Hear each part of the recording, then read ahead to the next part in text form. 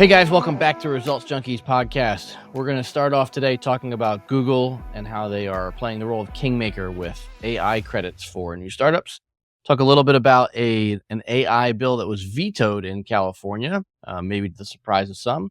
And if we have enough time, Paul and I are going to go shopping a little bit later to wrap up this week's show. Mr. Singh, how the heck are you?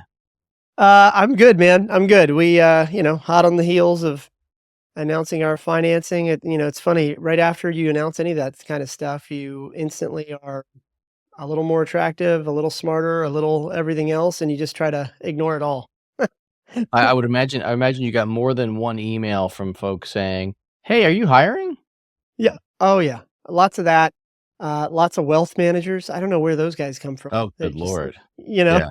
it's it's business as usual. We're back to business. Everything's normal. If anything, it's just more customer calls and customers saying, what does this mean for me?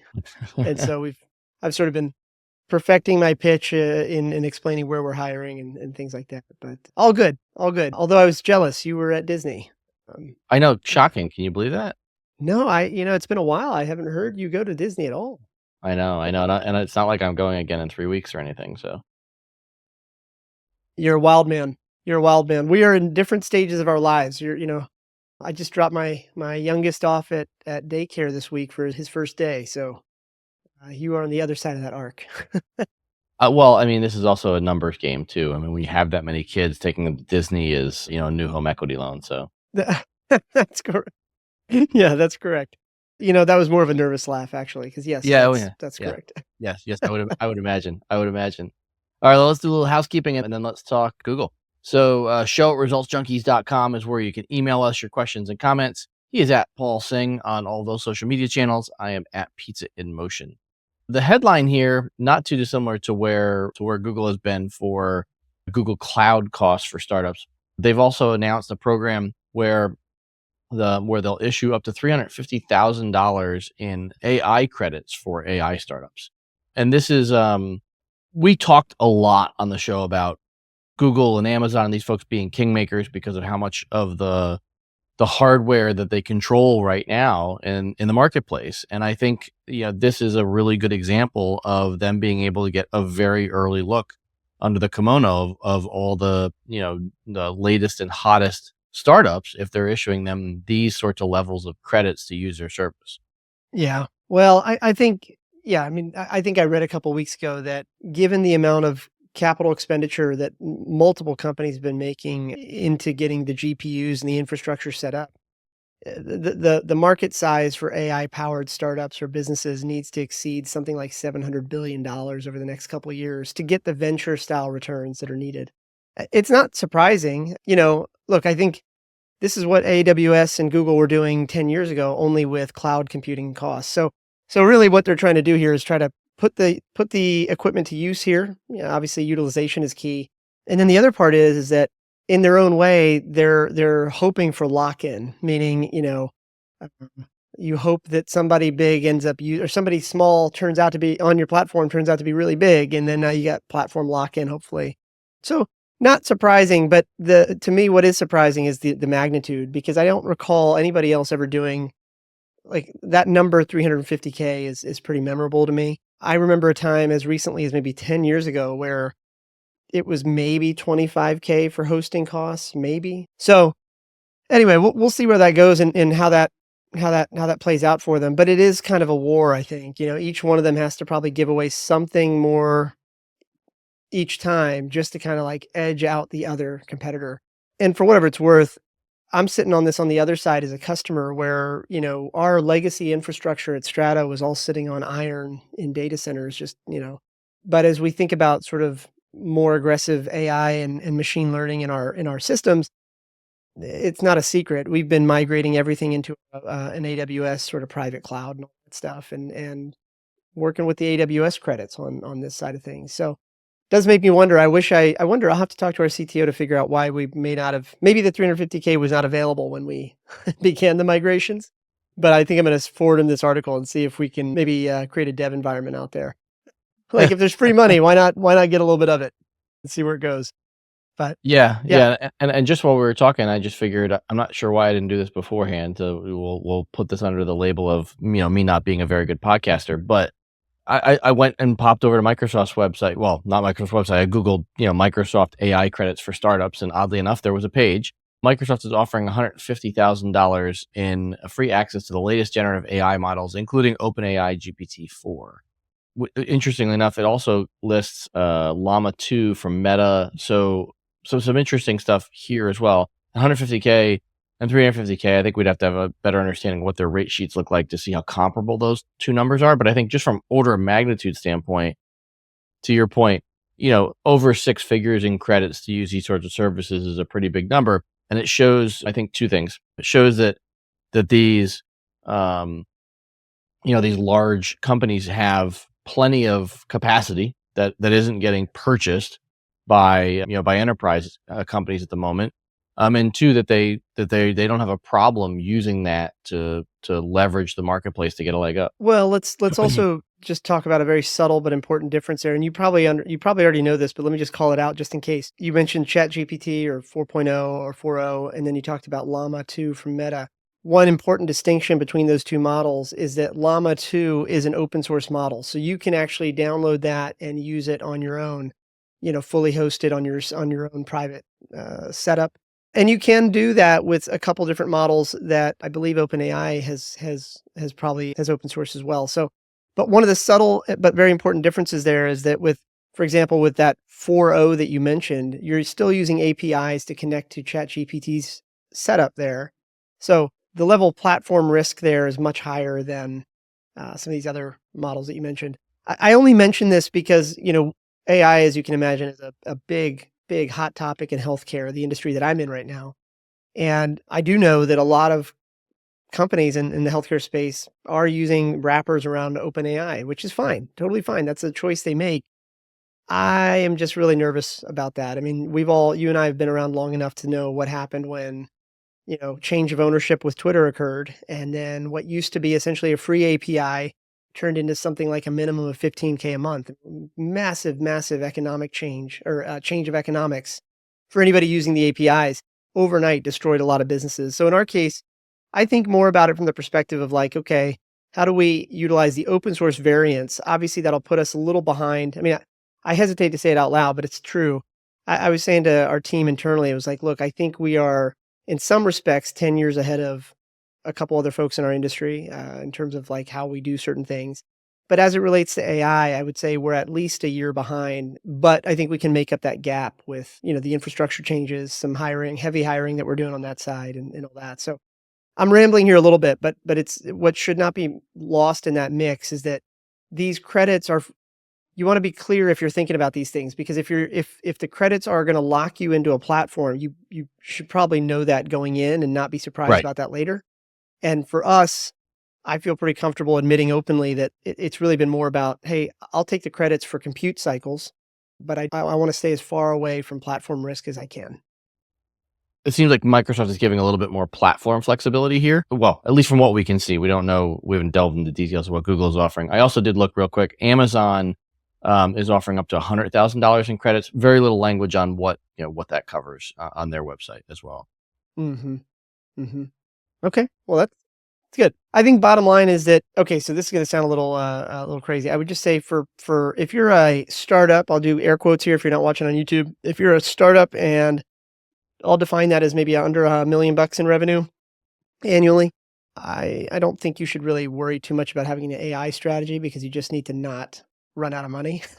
But beyond that, I think, there's definitely some interesting cases there where you can start, like, I can't give away too much here, but for example, when I think about utilization of AI and machine learning and all that stuff, there are a couple manual processes that we actually have full-timers that have been doing for us for years.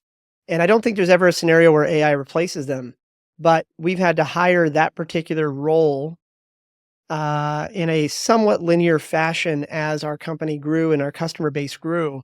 And that's where an interesting place where AI and ML could come in and help us maybe make those people more efficient. I'll probably talk more about that in a couple months. We've got some early testing and work that we're doing there. But the point is that AI and machine learning, I think, has a lot of application once you're past the what I call the will it work stage, and you're in the what I call how big could it be stage. So, and I think actually there's starting to be even more and more tweets, especially coming out of Y Combinator and a couple other startup accelerators, where they're actually disclosing without saying the company names. They're hinting at the fact that back office processes have gotten way more efficient with these ML models, not necessarily like customer facing or consumer facing processes. So, lots to unpack there. I know I kind of went a little overboard. Lots to unpack, and I think, bottom line, as we see all the major players here offering six figures in credits, is that, AWS is still offering $10,000 in credits for startups. So I checked that as well while we were talking. So, definitely a sea change in the amount that we're seeing being offered for AI, GPU credits, in some form or fashion. And, we obviously would need to understand more about the rate sheet, but, the way I understood it, and, I wasn't there and haven't cataloged this, but the recent All In Summit, it was announced that every startup that attended got the full $350,000 in credits. So it seems like Google at least isn't shy about going to the max level of credits here. I think, back in the day, you would probably know more about this than I do. Back in the day, because the amounts weren't massive, I didn't hear much about AWS restricting how much of a $10,000 credit bucket that a startup could use. It was essentially just like, yeah, oh, you're a startup. Okay, here's your bucket. I would imagine at $350,000 in credits, and maybe even at 100 for Amazon, that there probably is maybe a little bit more of a gatekeeper process to make sure that these are actual, Oh, unique sure. and disparate Yeah. companies. Oh, sure, sure. There's probably I would not be surprised if there's a vetting process here. Yeah, I mean, I remember even a couple of years ago when I was tinkering with, with Beacon and all that stuff, like it wasn't like they were just randomly giving out those GPU credits. You had to like it wasn't the hardest thing in the world, but you couldn't just show up and say I had an idea. So, Yeah, uh I would not be surprised though.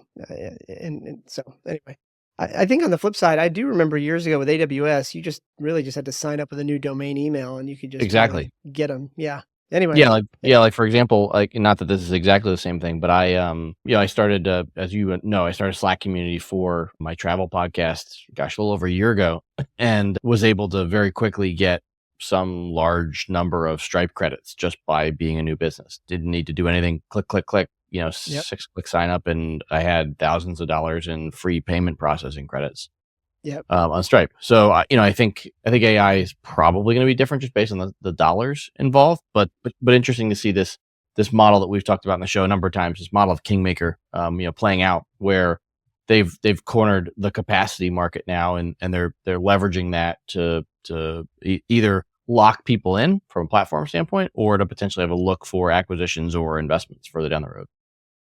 Yeah. Well, they got to put this thing to work. They probably don't have to, just given their size, but why not utilize the gear if you got it? So it's a Yeah. nice position to be in, I suppose.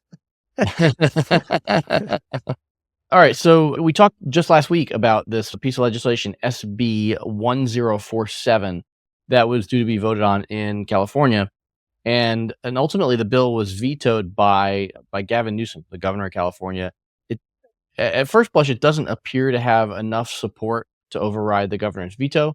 There's a bunch of interesting things that popped out that I didn't see when we went through the bill the first time. One of which is that there's a bunch of criticism from folks in Congress that prominent people in the VC community, Y Combinator, Andreessen Horowitz, were talking about the fact that SB 1047 could land startup founders in jail. And, those comments are a little bit flamboyant, but I'll also say too, I don't know that there's enough talked about when it comes to these sorts of things, and that there are lots of things that can end startup founders in jail. In this case, the reason you'd end up in jail with SB 1047 would be if you lied to regulators, which, as you well know, can get a startup in trouble in many ways. Here, I think it's just a little bit more undefined as to what these folks would be signing or agreeing to, and what lying or fraud might look like. Yeah, I mean, I think so. First of all, we've kind of glanced off this topic a little bit over the years, but or the I guess quarters. I don't know. There's going to be legislation around this. There's no doubt about it. I think the what makes this particularly surprising is that it's the first one. And surprising is not the right word, but I think what made it controversial was that it was the first one. And as it goes with any legislation, the naysayers immediately look for every edge case scenario that could, they could get you in trouble. Like even that point of like going to jail and stuff like that. It's like, okay, and then we kind of alluded to this when we last talked about this as well. This only applies if you stepped foot in California. I mean, it didn't really matter if you technically did it from Europe or you did it from somewhere else. I mean, I'm sure some lawyer would disagree with me on this, but the point is that, you know, one state is not going to disrupt or hurt the industry or anything like that. But I, I don't know. I've never been a politician or anything like that. On the one hand, I was not surprised for the first attempt at legislation to come from California, seemingly where a lot of these companies are getting funded from. On the other hand, um, I didn't expect like a California politician to stick their neck into this and potentially risk the blowback that could come with it. But hey, we're in an election season now, and it's I don't know. I'm sure that there's already like some crazy usage on fake videos and stuff. I feel like I've already started to see some random Instagram reels. When you're scrolling through the feed, where you're like, that doesn't look real. That's got to be AI. And then you'll look at the comments real quick and you're like, yep, that's totally AI. So I don't know. We're in the Wild West. It's not surprising. But even here in the article, he said something like, so this is what the politician Scott Weiner, I don't know how you say that. He said, I've had tough bills before and bills where there has been misinformation. I've never had a bill with this level of misinformation. That's how high the stakes are. So Yeah, and I think it's important to note that there was other legislation passed in September around AI in California. It didn't all get defeated. So I think to your point, there's more legislation to come. There's certainly a bloodletting's not the right term, but there's a sequencing here, a sourcing of like where to start and what's most effective. I think the problem that you'll probably agree with is just with all this stuff, as you noted, like we're gonna have legislation. The folks that put legislation out first, California being one of the leaders here, they're obviously not going to get it all right. And the legislative cycle is the damaging part here. So if they get it wrong, it could be a year or 2 years before they, get back and get the right legislation in place. And that's a lot for, a growing marketplace like AI to react to and to add legislative burden to these, companies. Big companies, I totally get it. I mean, like you have an obligation. You also have that layer of people to help you meet those obligations. For a startup that has 1 or 2 employees, a bunch of legislative requirements, it could be the difference between, being in business or running out of cash. yeah, and I don't know the like the legal jargon on this, but when you look at the way our government is set up with the three branches and stuff like that, the reality is that, and again, for any of the political nerds, don't make fun of me too much here, but there is there's supposed to be somewhat a line in the sand where the legislative side of the government is supposed to say, here's what happens if you break the rules, and they'll loosely define the big sandbox. Yep. And then the interpretation of those rules then is handed down to like one of the agencies, whether it's, for example, it could be FCC or FTC or SEC, whoever it is. I don't know who it would be for this one in particular, but the reason I bring this up is that when you sent this article over, if anybody's listened to this show for a while, you know that you and I live in Northern Virginia. I don't know if you know this. Here's some trivia for you, Ed. In 1989, when I was in grade school in Reston, Virginia, right off of Sunset over there, what was unbeknownst to me at the time was that about maybe 3 traffic lights away from our school in 1989 turns out to be an Ebola virus release that was accidentally released, and it's labeled the Reston Ebola virus. And the point is, here's where I'm going with this. When we think about, let's just talk about like dangerous medical research, the legislators don't say, hey, here's how you protect, like the legislators don't know how to keep, viruses inside the laboratories. So they have these rules at a high level, like, hey, any, release of accidental or otherwise, here's the penalties, here's the fines, right? And then the actual execution or the interpretation of those laws into standard operating procedures and things like that is then handed down to somebody like Health and Human Services or NIH or whoever, who then says, here's how a level X, lab is created. I would not be surprised if in a couple of years that's where we get to with AI and stuff like that, where you have legislators saying, "Here's the big box. You cannot go outside this box without maybe some sort of no action letter from the government." And then the interpretation of that into rules and regulation would then be handed off to some other three-letter agency. Again, I don't know if it would be FTC or DOD. I don't know who it would be. But my point is simply that we have this sort of framework in almost every other industry, whether we're talking about energy, weapons, healthcare, whatever. And here with AI in particular, you know, this is the first attempt. I'm not going to make a comment yet on whether this was good or bad, but you have the first attempt. SB 1047 was the first attempt to say, here's the box you can't, we don't think you should step outside of. And then everybody started poking holes at like you know, the edge cases. But to your point, at least I read it the same way you do, that those scary things that they said would happen really were like, if you really bucked the rules and you really lied and fraud and, that sort of thing. So, but again, we have that concept in every other industry. We do. We do. And I think to your point on SB 1047 in the state of California, if there's any organization other than, a state like California that could take longer to come up with effective legislation, it's the federal government. And so I think, we're looking at a tumultuous number of years here, especially because as we're here at the infancy. I think you and I both know that not know, but I highly suspect that there's an acceleration that will likely occur. And so the sorts of things that can go wrong with AI will happen faster and likely be more severe before there's effective legislation on all these different pieces. There'll be great things that happen too, but there's a bunch of stuff coming here that legislation needs to wrap its arms around. But that will likely be trailing for the first few years while there's these big jumps in effectiveness of the AI technology. The closer these models get to being 100% accurate, the quicker they'll move. I'm probably going to get, I feel like I'm always trying to like walk the line of not getting skewered by internet lawyers or whatever. But here's the thing.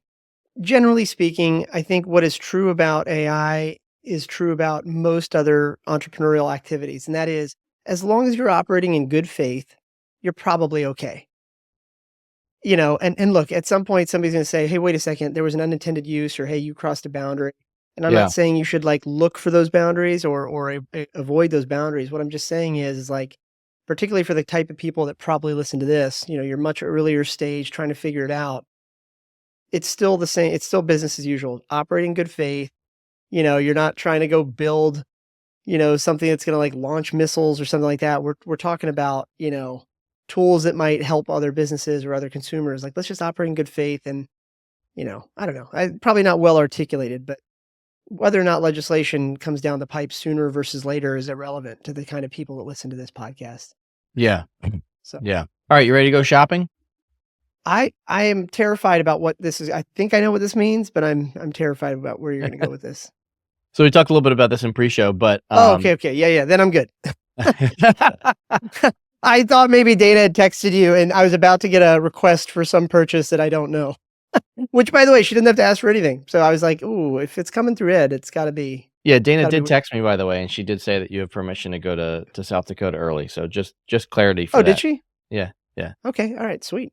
Yeah, there you go. Well. So Amazon, it was reported that Amazon has closed a few more of their just walk out cashierless convenience stores.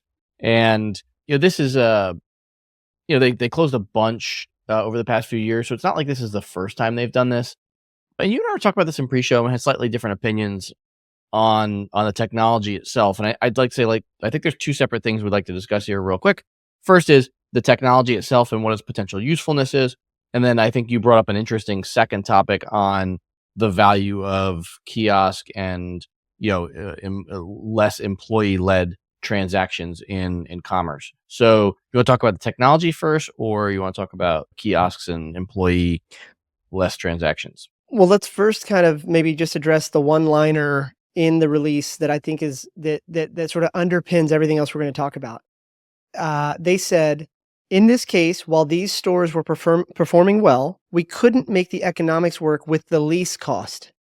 So in this particular case, I just want to call that out. The technology works Mhm. according to them, but the real estate costs themselves are really what kind of makes this difficult. Now, somebody could argue, well, that doesn't, you know, gosh, if they just had a regular convenience store, maybe it'll work. Well, I don't know. yeah, I yeah. don't know. So putting that aside, now let's kind of go towards the technology side. Well, one of the things I find really fascinating about this is that a couple weeks ago, I happened to stumble across an article from, I guess somebody was interviewing like an executive at McDonald's about those kiosks that got put in last year or the year before, where you kind of go in and order and then pick up from the counter. A little bit more than last year or the year before, but now that you're Yeah, here with us in 2024, go yeah, for it. yeah. There you go. Well, the big stink about that whole thing was everybody was saying, well, jobs are going to go away or whatever, and yeah, that happens. I mean, that's what technology has always done in every Mhm. industry, is move people into a different role. That being said, the more interesting part of that article was when that executive said something along the lines of, "Hey, one of the unexpected benefits of moving to this kiosk-based system is that we could have a more consistent upsell opportunity on every check." So it's like, when I order at the counter and I say 2 McDoubles, I you can train that person all you want, but until they say, "Hey, would you like to supersize it?" or whatever it is, you don't that, like, unless that's evenly applied to every customer, you're not gonna get the upsell opportunity there. Whereas with the kiosks, what this executive said was like, that 100% sort of, computers always putting that upsell opportunity on the screen resulted in massive, massive revenue and profitability gains for the business. So I thought that was really interesting, and then in the pre-show, you kinda surprised me with some real numbers too, so I don't wanna steal your thunder, but I think this is very, very interesting. Yeah, and to your point, I think the technology behind kiosks has improved, pretty significantly. I think when kiosks first started, to your point, they never missed an upsell opportunity, but it was also, for lack of a better term, it was a standard upsell for everyone. And so, I'll talk about McDonald's real quickly, and then I'll talk a little bit about Five Guys, which we're involved in. McDonald's, it started out, would you like to add fries and a drink? And then the technology evolved into, if it saw that you'd ordered fries, it would ask if you wanted to do a combo, or it'd ask if you want to order a drink. And if you ordered fries and a drink, it would ask if you wanted an apple pie. And so it learned over time. But I think one of the big crossovers for them as well was McDonald's has leaned pretty heavily into a loyalty program.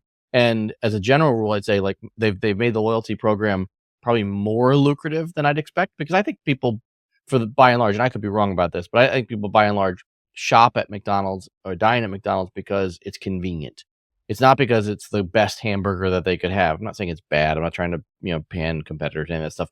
But McDonald's is a convenient play. They have all the best real estate and all the best markets. So loyalty was something they never really had to do before. But what did loyalty allow them to do? Well, it allowed them to say, well, the fifth time that Paul shows up as a loyalty member, if he ordered a McFlurry the last 4 times and doesn't order it this time, now I can say, "Well, Paul, like, don't you want your Reese's McFlurry?" Like, I can be very specific on my targeting. And that's where machine learning and the absence of an employee has really paid off, is not just in the reduction of jobs and the reduction of labor cost, but in also being able to increase transaction count size. And that's why a lot of chains have rolled out kiosks, and it's why Five Guys is slowly rolling them out right now. We may move into a bigger rollout, but I'll say early on a fairly decent sized chunk of data, we're seeing double digit percentage increase in transaction size for customers. And there's two things I think, that you can attribute that to, and one of them is interesting. I didn't see it coming. First, the obvious one that we just talked about. Once I know behavior of somebody, I can more, creatively, suggestively sell. If they order, burger and fries, I can ask them if they want a drink. If they don't order a shake, I can ask if they want a shake. So those things are obvious. On the other side of it too, what we've heard from some customers at Five Guys, which I think is interesting, like, you would think that kiosks as a whole would be a less personalized transaction for sure. People feel like, oh, it's not a human, it's a computer. I don't feel as connected.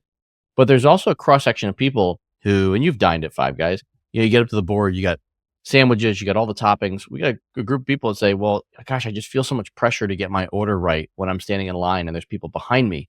And I don't take the time to look at the whole menu board. And when I do take the time to look, turns out they order more toppings, which are free in our model, but they also order more add-on items as well. And so, by giving that customer the flexibility to have more time, they're adding items to their basket.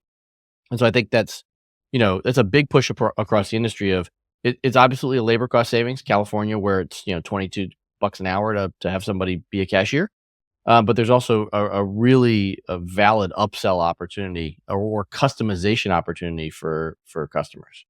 Yeah. Well, and not to just to kind of connect the dots here, I would just say, not to diminish anything you're saying, what you just described can easily be summarized as personalization, which has been the norm and the steady drumbeat, if you will, for almost every other industry. Yeah, It's like, why is Google and Facebook's ad business so strong? Well, yeah, some of it has to do with like how much they have and things like that, of course.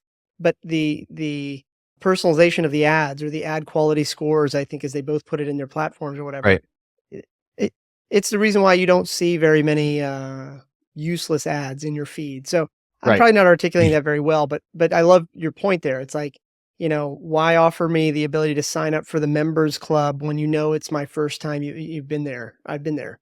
On the flip side, you've detected my credit card 5 times or however you guys do the tracking. Now it's probably time to say you could have saved $37 or whatever the benefit is. So that personalization is really fascinating. And I think, um, somewhere along the way, we've sort of lost the plot here because I think it's become very fashionable for people to say, "Oh man, Ed, you guys are just, crushing cashier jobs or whatever," as if that was your mandate.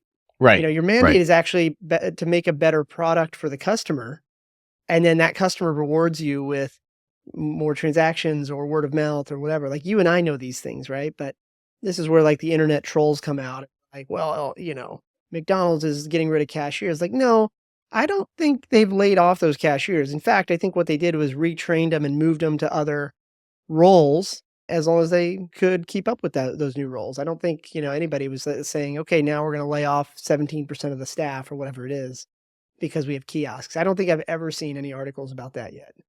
So anyway, maybe we'll get some hate mail on that one. We'll see how that goes.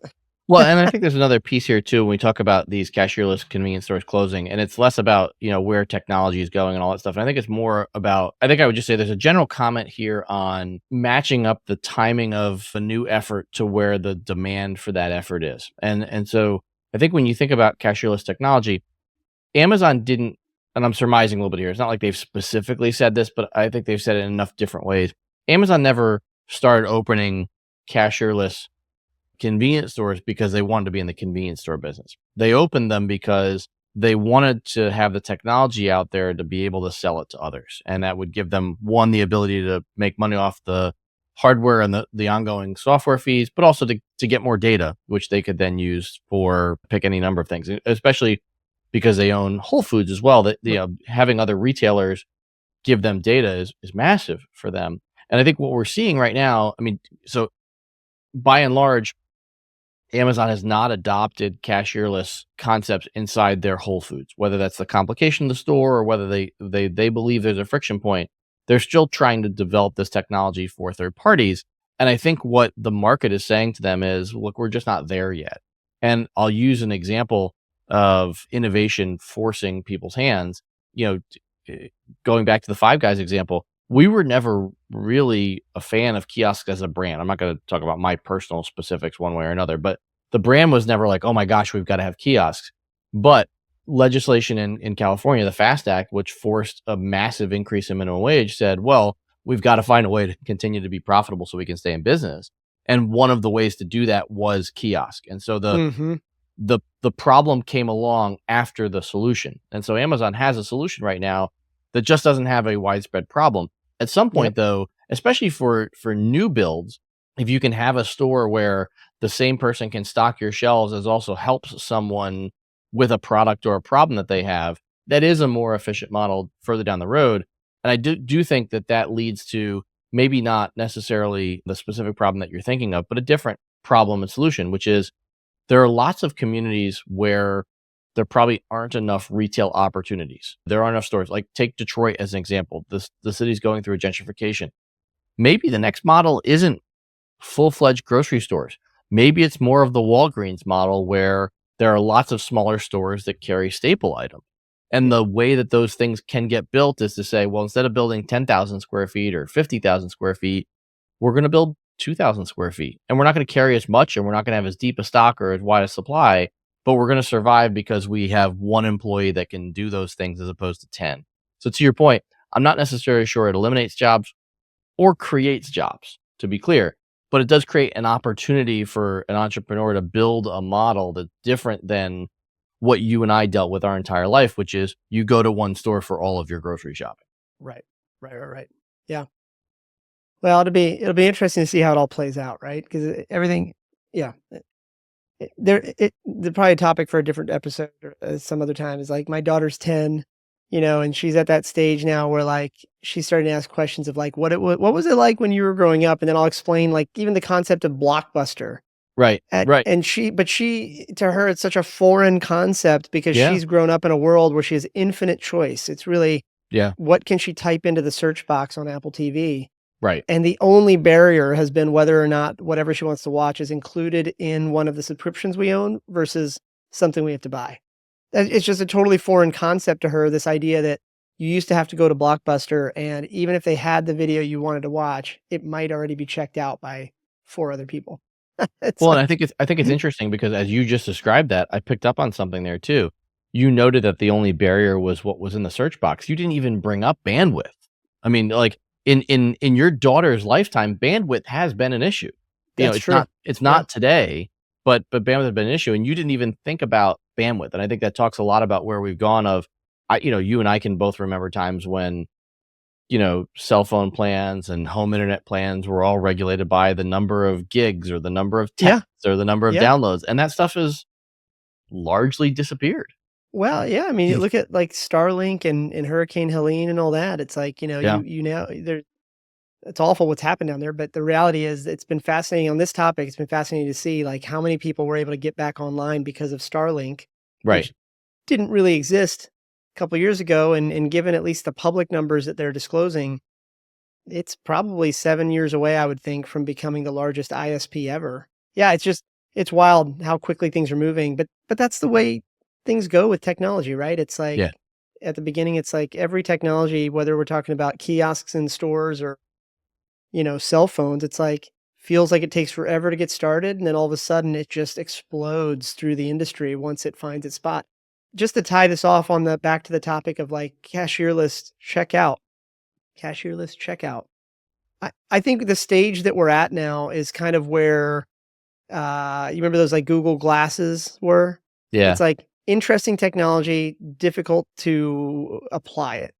And At that's scale, kind of for probably sure, where we're yeah. at right now. It's like, Yeah. they know according to their release, the technology works. The lease costs don't really work out for them, but they kind of are not secret about look at the rest of their model. Their entire model is based around this idea of per usage, essentially leasing out their technology Right. and their capabilities to everybody else. So that's where this is heading.